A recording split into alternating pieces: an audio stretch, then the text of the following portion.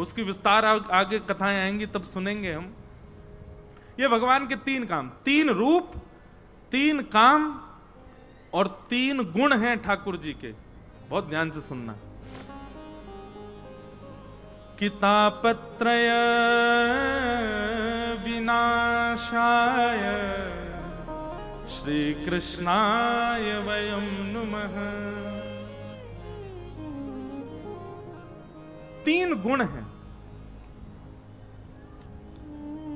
वैसे गुण तो एक ही है पर 3 भावों से युक्त है। बहुत ध्यान से सुनना। आदि दैविक, आदि भौतिक और आध्यात्मिक, ये 3 प्रकार के ताप होते हैं हमारे जीवन में। ताप का मतलब क्या होता है? कष्ट। चराचर संसार में कोई भी अगर दुखी है तो इन 3 कारणों से दुखी होगा। बहुत सावधानी से सुनो।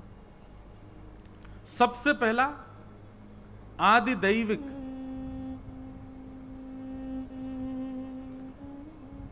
बहुत जोर से बारिश हो गई, पानी भर गया पूरे मथुरा में। अब आप अपने दुकान पे नहीं जा पाए, अपने बिजनेस को नहीं खोल पाए, अपनी प्लॉट पे नहीं जा पाए, कुछ भी नहीं कर पाए। एक दिन देवताओं की वृष्टि के कारण आपका कार्य रुक गया। इसको कहेंगे आदि दैविक ताप। आदि भौतिक ताप, पत्नी लड़ रही है, मान नहीं रही, बच्चे सुन नहीं रहे, हम ठीक हैं पर दूसरे जो हमारे आसपास के वो हमको पोक किए जा रहे हैं, हमको छेड़ते जा रहे हैं, हमको परेशान कर रहे हैं, हमको मानसिक तनाव, हमको बौद्धिक तनाव, शारीरिक तनाव दे रहे हैं। इसको कहेंगे आदि भौतिक ताप। माताजी बीमार हो गई, पिताजी हॉस्पिटल में चले गए, कोई इस प्रकार की कुछ ना कुछ पीड़ा, इनको आदि भौतिक ताप कहते हैं। और आध्यात्मिक ताप, दूसरे की उपलब्धि देख के अपने आप ही दुखी हो रहे हैं। इसको ऐसे कैसे मिल गया, इसको इतना बढ़िया कैसे हो गया, इसकी इतनी उपलब्धि कैसे हो गई, जे ऐसे कैसे हो गया। कुछ नहीं तो मन में ही बनाए जा रहे हैं कुछ ना कुछ, मतलब अपने आप सोच सोच करके दुखी होते जा रहे हैं। 3 प्रकार के ताप हैं। ठाकुर जी का स्वभाव क्या है कि जो भी उनकी शरण में जाता है ठाकुर जी की पूर्ण शरणागति ग्रहण कर लेता है। श्रीमद् भागवत एवं गुरुजनों की आज्ञा मान करके जो शरणागति लेता है उसको ये 3 तापों का अनुभव नहीं होता। शब्द पर ध्यान दीजिएगा, तापों का अनुभव नहीं होता। ताप नहीं होते ऐसा नहीं है, ताप होंगे पर अनुभव नहीं होगा। हम इस बात को कथा में ऐसे कहते हैं कि श्रीमद् भागवत की कथा और भगवान की शरणागति क्या है? एनेस्थीसिया का इंजेक्शन है। एक बार यदि लग गए हो, सुनने से रह जाओगे, फिर चाहे कछू है जाए आपको कोई फर्क नहीं पड़ेगा। करोड़न की कमाई है जाए तो ज्यादा प्रसन्नता नहीं, और लाखों को घाटो है जाए तो ज्यादा दुख नहीं। पत्नी अनुकूल है तो भी प्रसन्नता है, पत्नी प्रतिकूल है तो भी प्रसन्नता है। पति मानते हैं तो भी अच्छा, नहीं मानते तो भी अच्छा। भोजन स्वादिष्ट बना तो भी अच्छा, और भोजन में नमक ही नहीं है, नींबू नहीं है, मिर्च नहीं है, मसाले नहीं है तो भी बढ़िया, पेट तो भरे। कहने का अभिप्राय, भगवत शरणागत व्यक्ति हर स्थिति में सम रहता है, फ्लक्चुएशन नहीं रहता उसकी लाइफ में। कभी किसी चीज से ही सुखी होगा, किसी व्यवहार से ही सुखी होगा, किसी अवस्था से ही सुखी होगा, वो हर तरीके के माहौल में रहने लायक हो जाता है। तब समझो कि हाँ ठाकुर जी की यहाँ पे कृपा है भैया, कैसे वो कर दो, हर जगह आनंद है।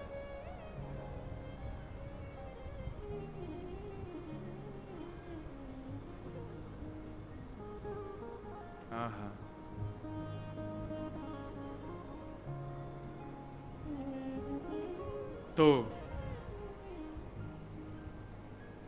क्या बता रहा था मैं? हाँ, तापत्रय विनाशाय।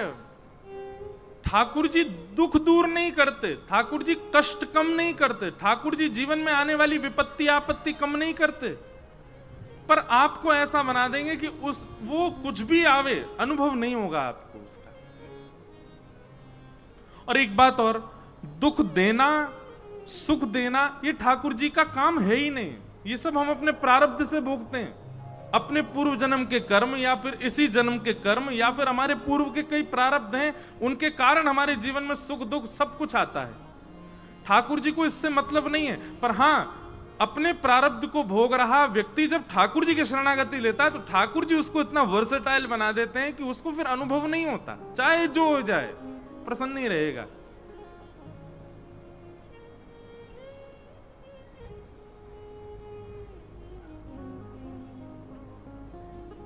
एक भाव हम गाया करते हैं,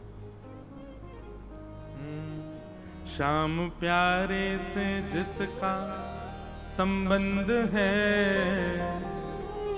श्याम प्यारे से जिसका संबंध है, उसको हर घड़ी आनंद ही आनंद है। श्याम प्यारे से जिसका संबंध है, उसको हर घड़ी आनंद ही आनंद है। ओ श्याम प्यारे से जिसका संबंध है, श्याम प्यारे से जिसका संबंध है, श्याम प्यारे से जिसका संबंध है, श्याम प्यारे से जिसका संबंध है, उसको हर घड़ी आनंद ही आनंद है। उसको हर घड़ी आनंद ही आनंद है। उसको हर घड़ी आनंद ही आनंद है। उसको हर घड़ी आनंद ही आनंद है।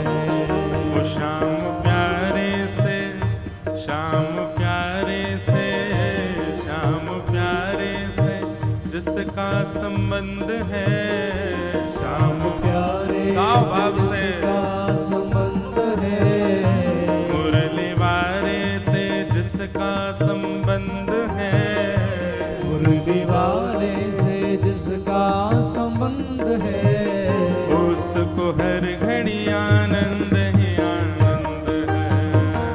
उसको हर घड़ी आनंद ही आनंद है। उसको हर घड़ी आनंद ही आनंद है। उसको हर घड़ी आनंद ही आनंद है। वो झूठी ममता से करके किनारा, झूठी ममता से करके किनारा, झूठी ममता से करके किनारा, झूठी ममता से करके किनारा, वो लेके सच्चे प्रभु का सहारा, लेके सच्चे प्रभु का सहारा, वो लेके सच्चे प्रभु का सहारा, लेके सच्चे प्रभु का सहारा, जो उसी की रजा में रजामंद है, जो उसी की रजा में रजामंद है, जो उसी की रजा में रजामंद है, जो उसी की रजा में रजामंद है, उसको हर घड़ी आनंद ही आनंद है। उसको हर घड़ी आनंद ही आनंद है। हाँ, उसको हर घड़ी आनंद ही आनंद है। उसको हर घड़ी आनंद ही अच्छा, आनंद एक है। बात, आप लोग कहीं इन सब भावों से ये मत समझ लेना कि महाराज जी यूं कह रहे हैं कछु करनो ना है, पड़े रहो ठाकुर जी सब अपने आप कृपा करेंगे, ऐसा नहीं। कर्म करना है, कर्तव्य करना है, परिश्रम करना है, मेहनत करनी है, पर व्यवस्था बिगड़े बने चाहे जो हो उससे व्यथित नहीं होना, ये बात कह रहे हैं। और वो तभी हो सकता है जब ठाकुर जी संग में हो। ठाकुर जी से विलग व्यक्ति कुछ भी करेगा परेशान होगा, उससे मिलने वाली सुख दुख से उसके चित्त पर असर पड़ेगा ही पड़ेगा। इसलिए कहीं आलसी बन जाने को मत समझ लेना इसको। बुझाओ उठा के गाओ, उसको हर घड़ी आनंद ही आनंद है, उसको हर घड़ी आनंद। बोल द्वारिकाधीश की।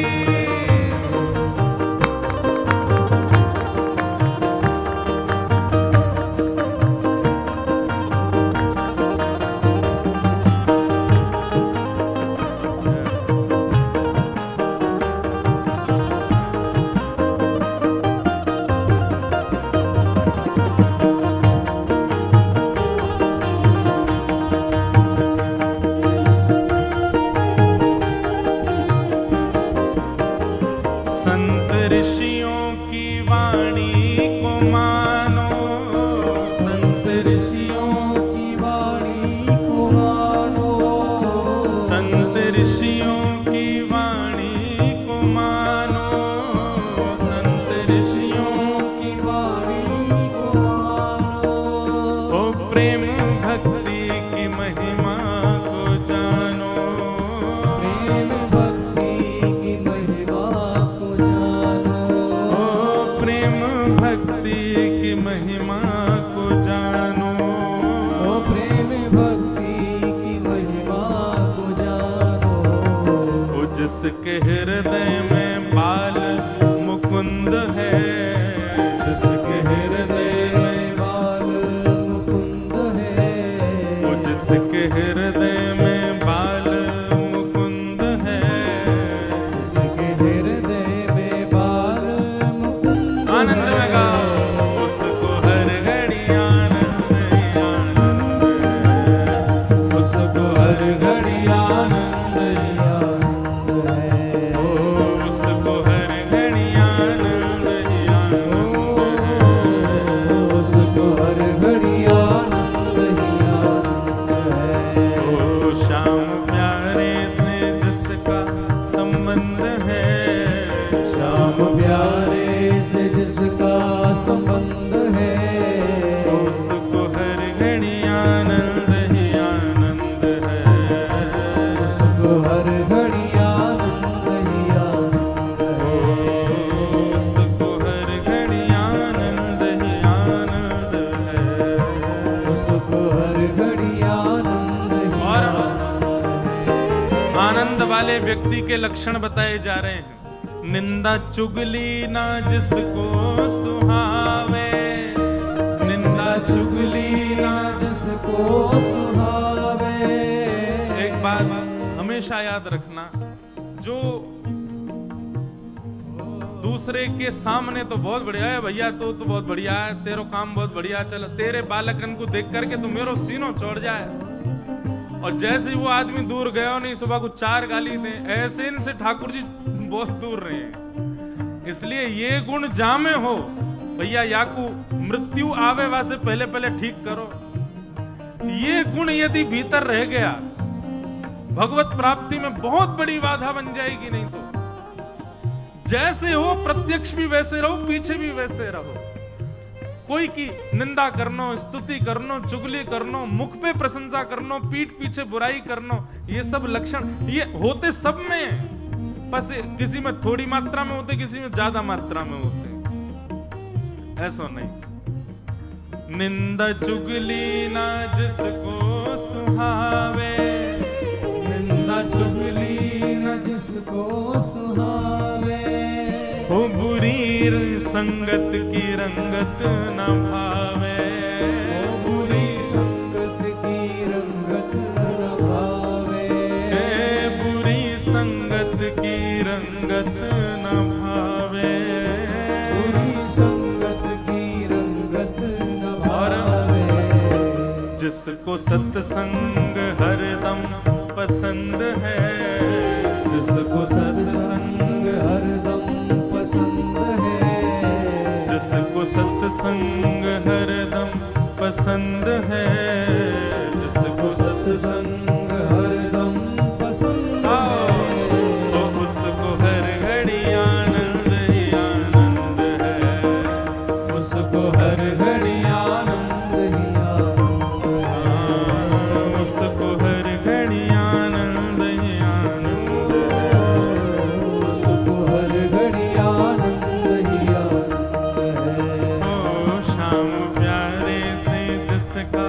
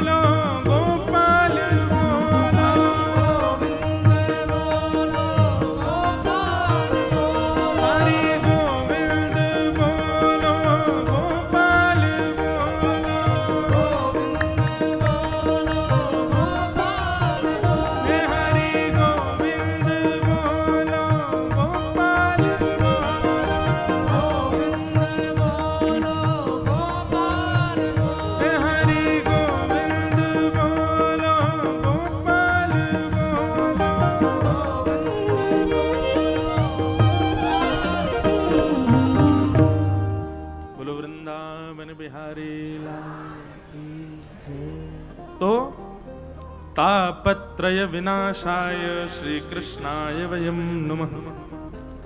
ठाकुर जी की शरण में आने से जीवन में कष्ट आने कम हो जाएंगे, दुख आने कम हो जाएंगे, विपत्तियां नहीं आएंगी, बुरा समय नहीं आएगा, पीड़ाएं नहीं आएंगी, आप बीमार नहीं पड़ोगे, लक्ष्मी की खूब वर्षा होगी। ये सब केवल और केवल मन को प्रसन्न करने वाली बातें, सत्य कुछ भी नहीं है। इस पृथ्वी का नाम क्या है? दुखालयम शाश्वतम। क्या नाम है? दुखालय। क्या नाम है?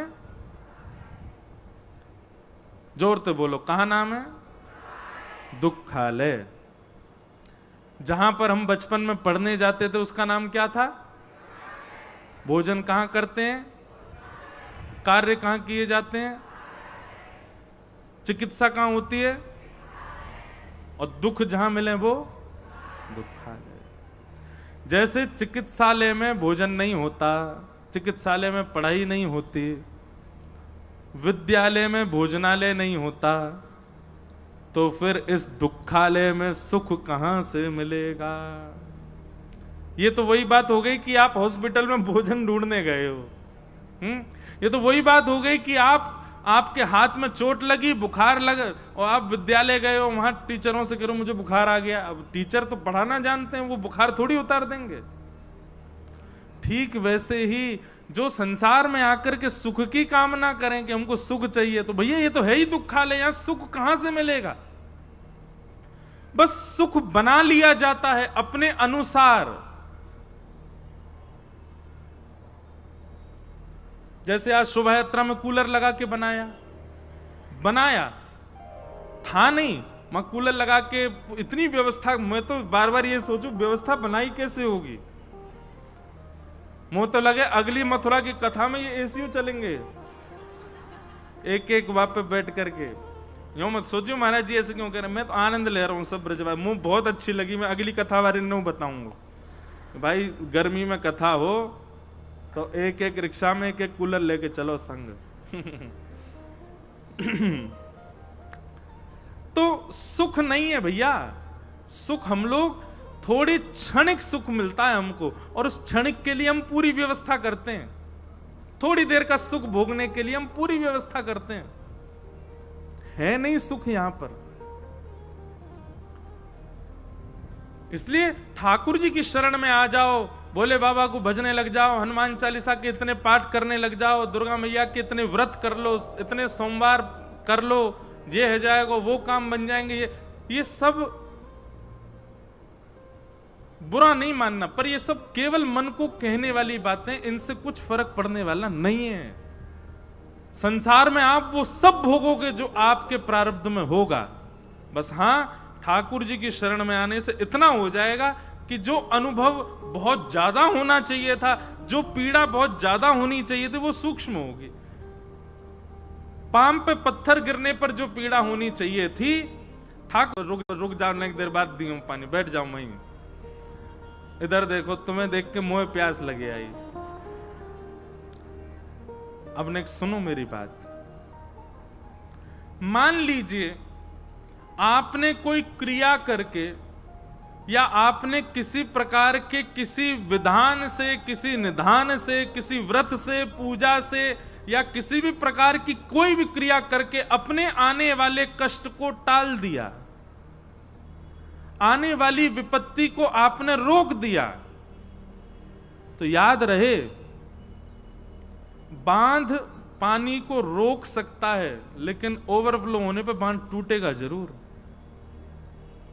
मतलब आज कोई संकट आ रहा था और आपने महाराज बड़े प्रपंच करके, या से ये पूछ, वहां से पूछ, ये गंडा बांध दे, ये कर ले, ये पाठ कराओ, ये कराओ, ये कराओ, ये सब करा करके उसको अगर आपने समाप्त कर भी दिया, वो समाप्त नहीं होगा, कुछ समय के लिए टल जाएगा, कुछ समय के लिए रुक जाएगा, और ज्यादा से ज्यादा एक जन्म के लिए टल जाएगा। अगले जन्म में तो भोगना पड़ेगा। प्रारब्ध जब तक भोग नहीं लोगे तब तक वो रुकेगा ही नहीं,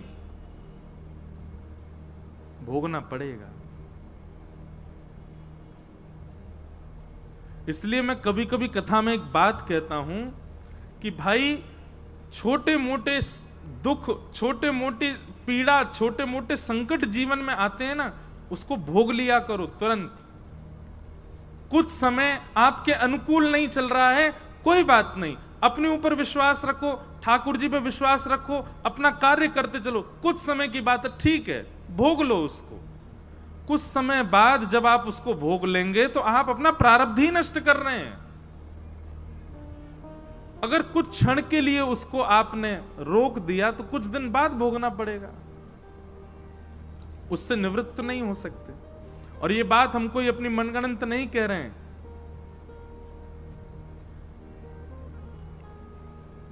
एक बहुत प्रसिद्ध कथा आती है, श्री जगन्नाथ भगवान के परम भक्त हुए श्री माधवदास जी, क्या नाम था? तो माधवदास जी को एक बार पेट का रोग हो गया, और ऐसा भयानक रोग कि महाराज कुछ भी पानी भी पिए तो रुके ना, बार बार शौच के लिए उनको जाना पड़ता था। लेकिन वो इतने बड़े भक्त थे ठाकुर जी के, श्री जगन्नाथ भगवान अपनी ब्रह्म वेदी पर झूमते थे। जैसे ही माधवदास दर्शन करने आता, जगन्नाथ भगवान ऐसे होते, माधवदास को देख करके आनंदित हो जाते। इतने बड़े भक्त माधवदास, और उनको एक रोग हो गया जिसके कारण उनको बार बार शौचालय जाना पड़ता, और शौच जाने की वजह से वो मंदिर नहीं जा पाते। रोग इतना ज्यादा बढ़ गया कि अब माधवदास जी उठ भी नहीं पाते, बिस्तर पर पड़े पड़े ही शौच निवृत्त होने लगे। ठाकुर जी को दया आ गई, और ठाकुर जी को दया आई तो ठाकुर जी रूप बदल करके छोटे से बालक बन करके आए और माधवदास जी की सेवा करने लगे। उनके मलमूत्र से सने वस्त्रों को ले जावें और ले जाके धोवें, धो करके सुखा दें, जल लेकर के आवें, जल पिला दें, जो उनके अनुकूल भोजन होना चाहिए वो बना करके उनको पवावें, उनके चरण दबावें, बुखार चढ़ आवे तो सिर पर पट्टी रखें। माधवदास जी 2-3 दिन तक तो बेहोशी से में ही थे, उनको पता ही नहीं कौन कर रहा है सब। पर 2-3 दिन बाद जब थोड़ी चेतना जगी तो उन्होंने ठाकुर जी के रूप को देखा, रूप देखते ही पहचान गए, बोले कि ये छद्म वेश में ठाकुर जी हैं। हाथ पकड़ लिया, बोले क्या कर रहे हो आप? आपकी सेवा कर रहा हूं। बोले मैं जानता हूं आप साक्षात जगन्नाथ जी हो। जैसे कि जगन्नाथ जी तो ठाकुर जी प्रकट हो गए। बोले माधवदास जी आप पहचान गए? बोले कि आप भक्त से बच नहीं सकते। बोले अब ठीक है, तुमने मेरी इतनी सेवा की, भक्तजन मेरी इतनी सेवा करते, भक्त के जीवन में पीड़ा है तो मैं भी तो सेवा कर सकता हूं ना। तो माधवदास जी कहते हैं, बोले ठाकुर जी आप सेवा करने आ गए, मेरी सनी हुई धोती धोने आ गए, मुझको भोजन खवाने आ गए, आप तो परमात्मा हो, चुटकी बजाओ मेरी पीड़ा दूर कर दो। आप तो परमात्मा हो, मेरे सिर पे हाथ फेर दो, पेट पे हाथ फेर दो, मेरी जो जो पीड़ाएं हैं सब खत्म कर दो। तब श्री जगन्नाथ भगवान कहते हैं, नहीं माधवदास, ये तुम अपना प्रारब्ध भोग रहे हो, किसी जन्म का कभी का कोई दुष्कर्म है तुम्हारा जो तुमको निवृत्त, उसको यहीं तुमको निपटा करके जाना पड़ेगा। अगर मैंने इसको यहीं रोक दिया, तुमको स्वस्थ कर दिया, तुमको मंगल कर दिया, तुम बिल्कुल उचित हो गए, तो जितना प्रारब्ध बचा है उसको भोगने के लिए तुमको फिर जन्म लेना पड़ेगा। इसलिए इससे निवृत्त हो लो, इसको भोग लो। हाँ, मेरा आश्रय लेकर के भोगोगे, मेरा नाम जप करके भोगोगे, तो जो 5 साल में खत्म होगा वो 5 महीने में खत्म हो जाएगा, जल्दी जल्दी भुगवा दूंगा।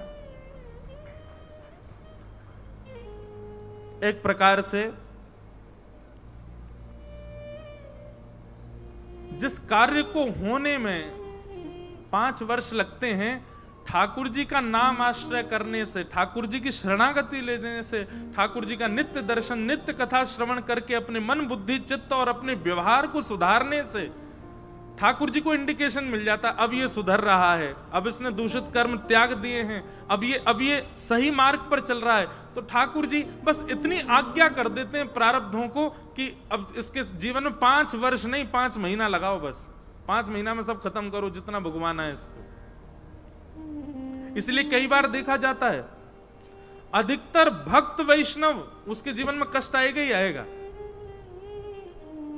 नाम जापक हो, कथा श्रवण करने वाला हो, कथा करने वाला हो,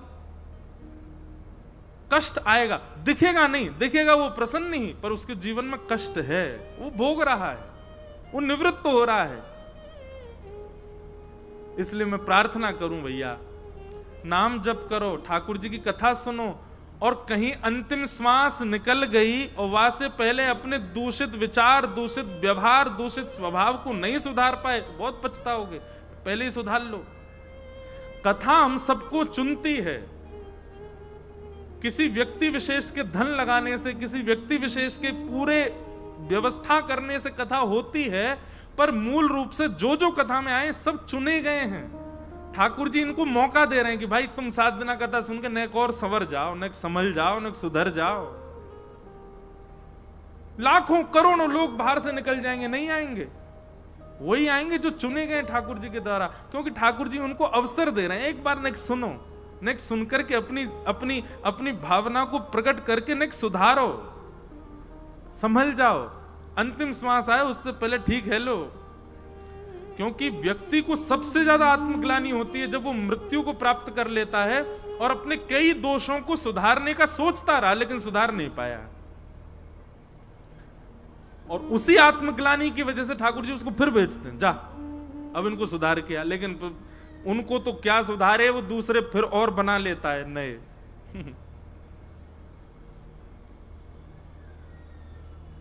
मैं एक बात कहता हूं कि हम सब हिसाब बराबर करने आए हैं पृथ्वी पर पुरानो तो बराबर कियो नहीं, या जन्म को नयो और बना लियो। तो हमारी जो हिसाबन की जो बैलेंस है ना, वो कम नहीं होता है, बढ़ता ही जाता, बढ़ता ही जाता, बढ़ता ही जा रहा है। इसलिए भैया ये कथा जीवन में आई है, आप सब चुने गए हो, या कथा में नित्य एक आज्ञा तो आपको माननी ही माननी है, चाहे कोई भी एक आज्ञा का पालन करो। 4 घंटे बैठ करके कोई एक आज्ञा व्यासपीठ की ऐसी हो, उसका पालन करना ही करना है आपको।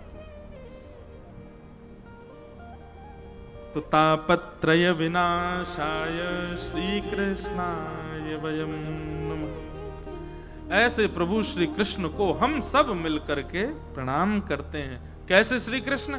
जो 3 रूप, 3 कर्म और 3 गुण वाले, ऐसे प्रभु को हम प्रणाम। कोई 3 से अभिप्राय नहीं, ठाकुर जी तो सर्वगुण संपन्न है, पर यहां पर हम आप सबकी सुधार के लिए 3 का भाव बताया गया। यम प्रव्रजन्तमनुपेत अपेत कृत्यम द्वैपायनो विरह कातर्या जुहाव पुत्रेति तन्मयतया तर्वो विनेदु तम सर्वभूत हृदयं मुनिमानतोष्मे।